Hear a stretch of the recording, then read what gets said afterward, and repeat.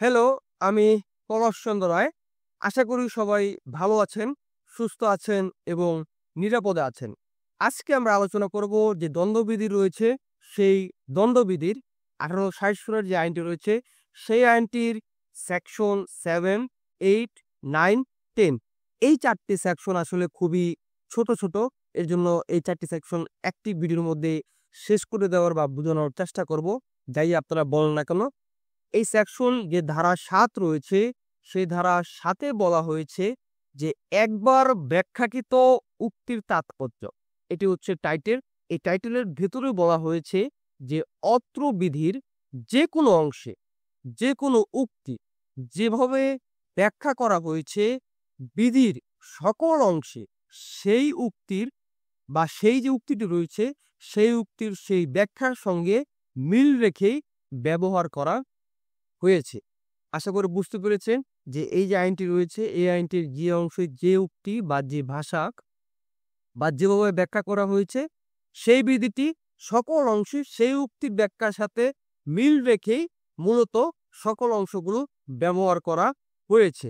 এই যে ধারা ৮ রয়েছে বা সেকশন ৮ রয়েছে, এই সেকশন ৮ এ বলা হয়েছে জেন্ডার সম্পর্কে বা লিঙ্গ সম্পর্কে।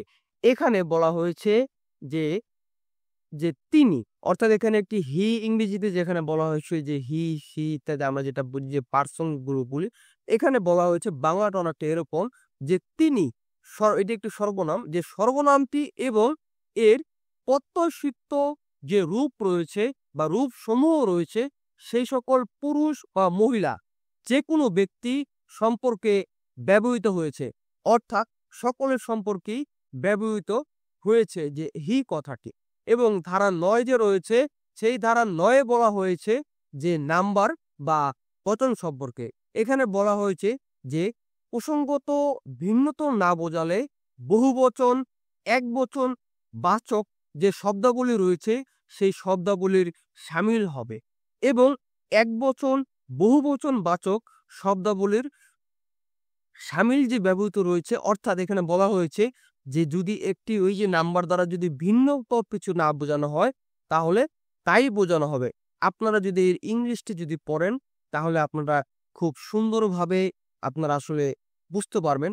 ইংলিশটা অনেকটা এরকম যে unless the country appears from he context word importing the singular number including the plural number অর্থাৎ সিঙ্গুলার নাম্বার এবং এর মধ্যে যে অর্থাৎ একবচন বা বহুবচন এবং এর যে ব্যবহৃত অর্থাৎ and word importing the plural number including the singular number অর্থাৎ এখানে বলা হয়েছে যে ভিন্নতর কিছু যদি না বোঝায়, যে এই যে বহুবচন, একবচন বাচক শব্দগুলির শামিল হবে এবং অন্য কিছু যদি না বোঝায়, তাহলে এইগুলাই বুঝাবে।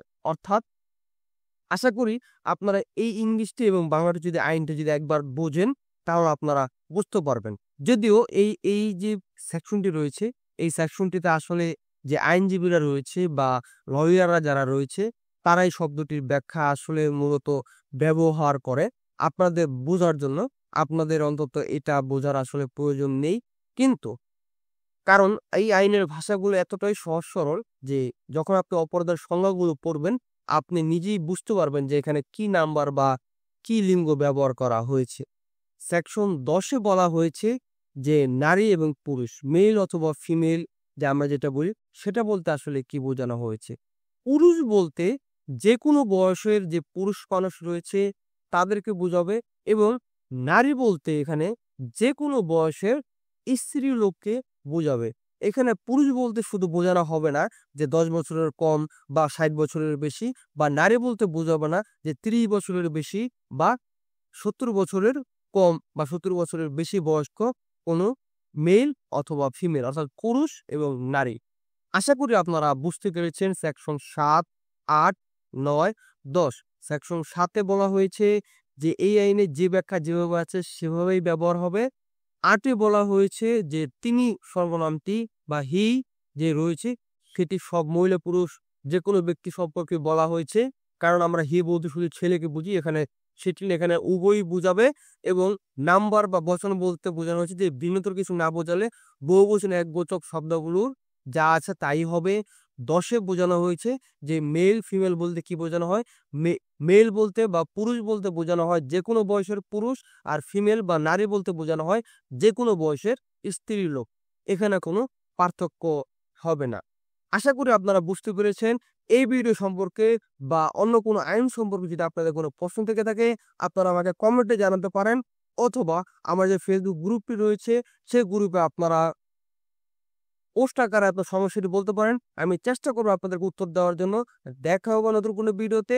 সে পর্যন্ত সবাই অপেক্ষা করুন। ধন্যবাদ সকলকে।